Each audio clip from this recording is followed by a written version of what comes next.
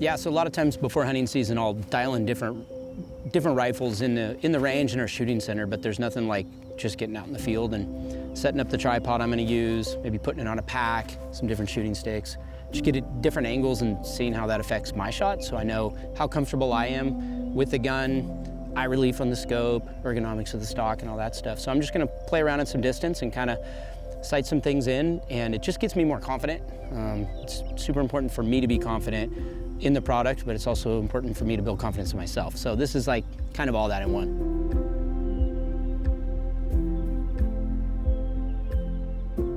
My grandpa started a rifle company, and I'm pretty passionate about this stuff myself. So like when I get up here and do this, sure it's work, but it's not. Like I love to do this. Being in Wyoming, having like access to these mountains and just public land hunting right here, I love to just get out here and use our product so that, I don't know if I'm gonna put my name on it, my dad's name, my grandpa's name, like I need to trust this product, like myself, you know? And I know that sounds maybe, I don't know, cliche, but I really mean it. Like I want to know and understand our products myself, not just in our factory, but out here in scenarios like this, because ultimately, like, I need to trust it myself in order for anybody else to.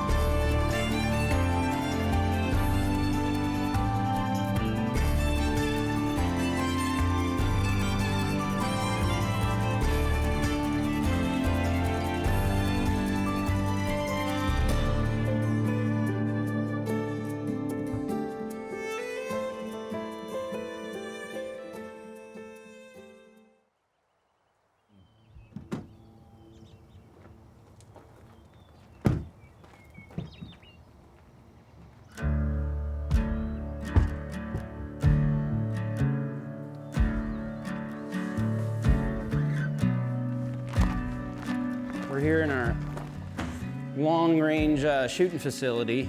At this point, usually all have already shot in the underground range and kind of zeroed them and dialed them in, but whether it be for testing, just to see bullet stabilization, BCs, how things are holding up, we come down here and shoot long range, but I shoot it before hunting season. I come down here and I really want to see how those bullets perform out to different distances, and if anything's got to be just dialed. You might, in a 100-yard range, just put it an inch or two higher or whatever and go out. You can do out to a certain distance, but if you want more confidence out further, it's really cool to have this. So we can shoot from inside, but we have steel starting at 200 all the way out to 1,000 yards. And so I'll sometimes just come out here by myself, spot for myself, and it's just super relaxing and chill and be able to dial on my rifle. So then when I'm out hunting, like I know confidently this gun, this load, all, you know, kind of all this data, I know I'm ready to go. 90% of the time I'm hunting with something that hasn't come out yet. And so I'm validating it. I mean, I've used cartridges that we've never come out with and killed animals with it, and it's just not ready. You could ship them out, 99% of customers would be happy, but we got 80 years of a brand to protect, so it's gotta be just right.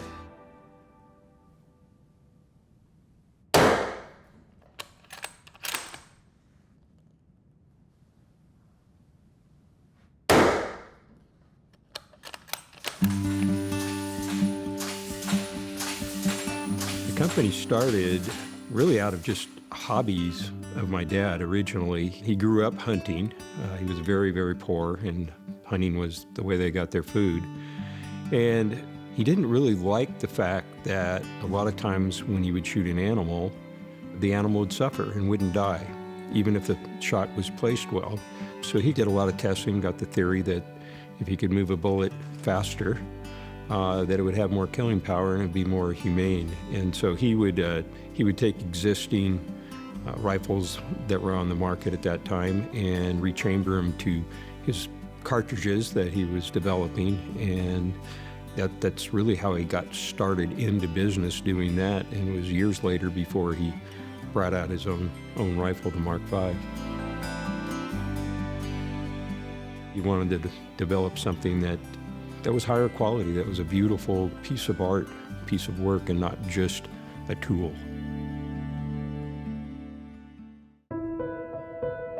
Since the very beginning, he moved out to California because he said, man, that's where things are happening in the 40s. And so he developed relationships with guys like John Wayne, Roy Rogers, Gary Cooper, started to like gain this following that started from ammunition of really like high speed, ballistic superiority, but then moved into these like super nice rifles.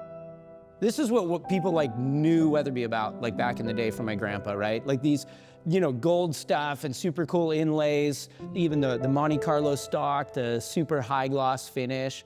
We really moved from ammo, and he just said, man, I'm gonna make like just a sweet looking rifle like nobody else is, packaged with this high speed.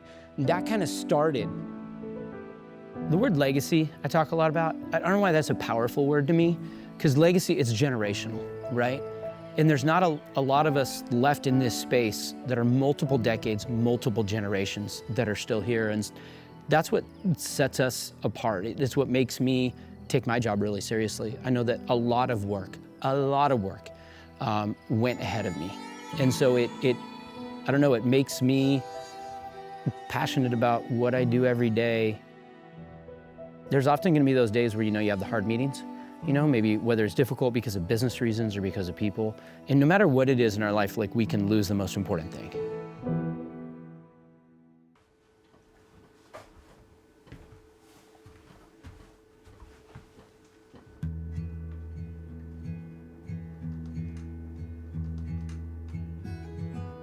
I'm Luke Torkelson, COO here at Weatherby, and I've got a lot of passions at work and outside of work, but family, God, motorcycles, hunting, guns, woodworking, you name it, I'm in for it. I'm a doer. First time I met Adam technically was a phone call, my interview. Adam moves very quick, whether it's in his personal life and business or just kind of hanging out. He's not great at sitting still. We're always trying to push the envelope forward, and I just remember being intrigued in one of our first conversations about if we could just get the financial part of the business to match up to the brand part of the business, that we'd be in really good shape. And that line kind of stuck with me, and I'm like, I think that sounds like a really good challenge. The brand was in a spot where it needed maybe a little modernizing, and I was really intrigued by the opportunity to make Weatherby's products and brand slightly more relevant to a younger audience, and I was really happy to be a part of that. There's so many aspects to the Weatherby brand, but I think what people can really take away is the ballistic superiority. So typically, cartridge for cartridge, we're the fastest. There's superior craftsmanship, all the hands that touch our product right here, made in America. And brand prestige. Like, I think that there's not another gun company today that has a present owner operator that's anywhere close to Adam as far as being front and center, interacting with consumers, and being an active user. I think that's pretty powerful. I think what originally drew me to Weatherby was opportunity. I think it was the intersection of passions for me. Now, 6 years later, it's a different set of things. The intersections are slightly different, right? I'm still super passionate about the brand, about the location, but now it's the people and the family that we've built, because it's not just a company. Like, we're truly a family. We're family owned, family operated, and it's a really special place. My kids say, like, have fun at work with your friends, Dad. It's like not going to the salt factory, you know? It's pretty awesome. Good job, Luke. How do you feel, sir? They say it's not a good idea to beat your boss, but I'm too competitive to not try all the way. It's because he's using the pretty one, so it's just... But what about the last time when I beat you? Shut up. Good times, good times. Yeah.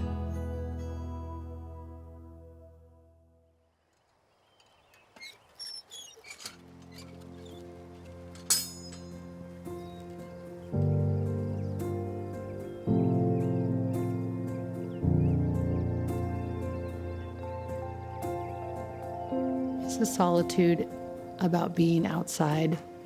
And even before I got into hunting or backpacking or any of that, I used to cycle a lot. And Adam would ask, you know, he'd ask me, like, oh, are you gonna go run today or cycle? And I'd be like, I need to get some wind in my hair. Which is the same type of feeling that the mountains or some sort of hunt, getting out in nature does for me. I'm pretty high strung, and so like I need some wind in my hair. That's what I need. And hiking the mountains with Adam, it's quiet. There's space, even if you're not, like most of the time we don't talk the whole time. Like a lot of times I just need space to have clear my head. I just think it's the beauty of nature, the beauty of creation.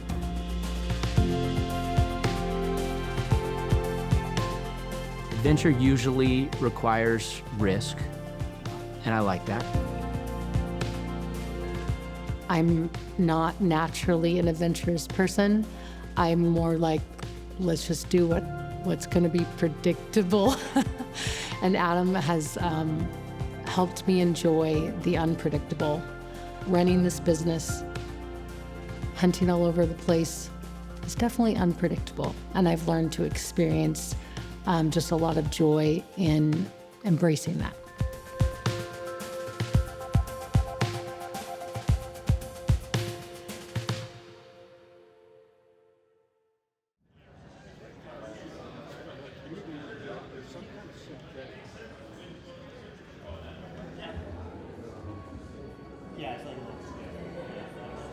God, would you be with us tonight as we come to you in song and as you teach us from your word?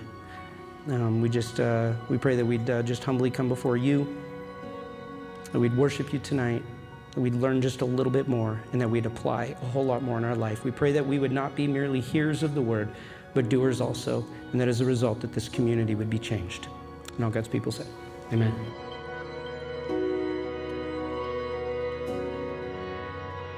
And a quote I love is, without risk, there's really no need for faith in God. And it's the points at which we step out and take risk that we go, okay, God, you got me through this.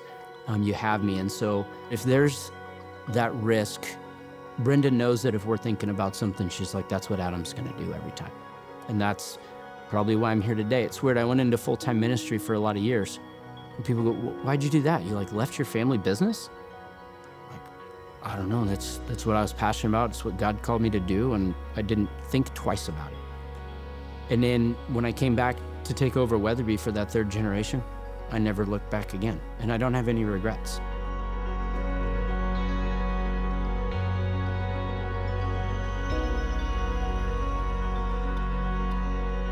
That adventure, I think, is what's brought us here today, and it's that adventurous spirit that's gonna lead us forward.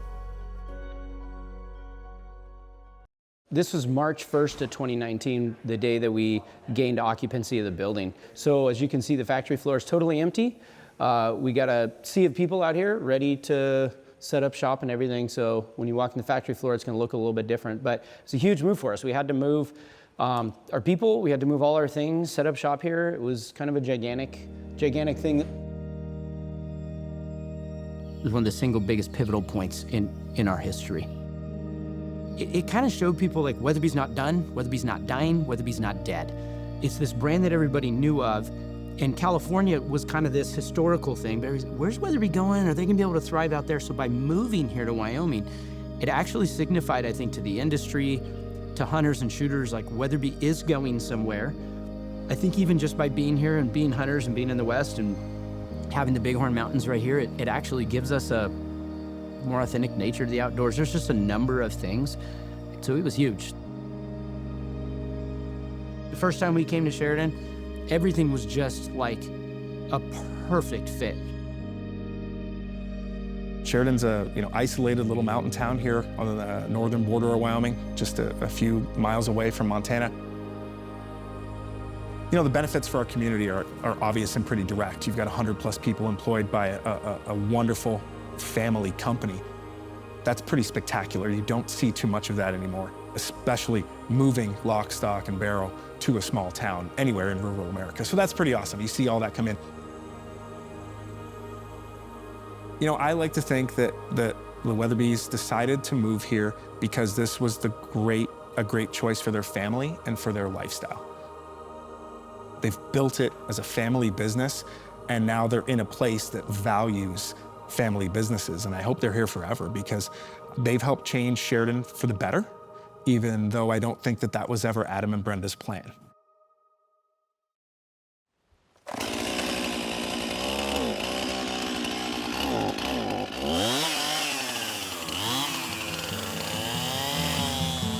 When I talk about Adam's passion and his magnetism, I really believe that's a lot like Roy. We have people call all the time, old timers, and they say, oh, I met Roy and he had so much passion and, you know, he brought me into the back and showed me the factory. And so there's so much about Adam that is like Roy. But there's also so much of Adam that is like Ed. And Roy and Ed were like exact opposites. They were extremes of each other. And I think Adam takes that intuition about people and what they need to feel invited, included. He takes that from Ed, and he takes the passion from Roy. And I believe that he is a balance of both of them. And if there's one thing that I've heard over and over about Ed, it's from employees who said he was the nicest man they'd ever met. And I think if you go through the industry, other people would say the same thing, that he was honest, faithful, and kind. And so I think Adam has this beautiful legacy with both his grandfather and his dad, and he gets to be himself, but get these beautiful traits from those who have gone before him.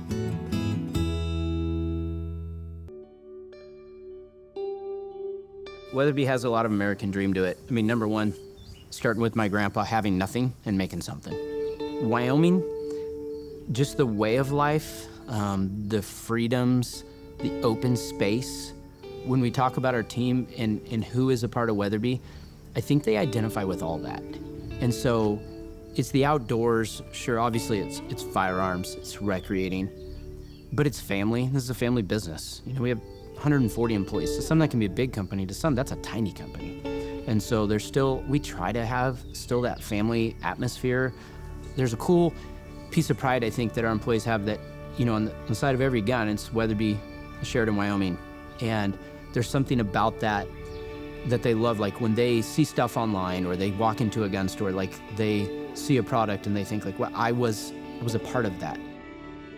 You know, when you talk about made in America or American made or this multi-generational family firearms business, people resonate with that. People appreciate that and people value that.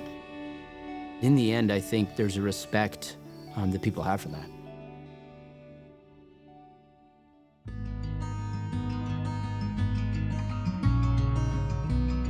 Probably 8 or 9 years ago, we did that like why we exist statement. More than the products we make, the why do we exist on this earth? And we said we exist to inspire the dreams of hunters and shooters. We take a bunch of materials, wood or carbon fiber, titanium, steel, aluminum, we blend those things together and make something pretty cool at the end of the day. But it's more than just a tool. And so I think what we make is a really cool tool that people can use to go make memories with. And, you know, I often say if our products generations from now could tell stories, the stories would be of successful hunts. The stories would be of sitting in a tree stand for 5 hours talking with your son about life. And our products get to do that journey with people. And I think that's really cool.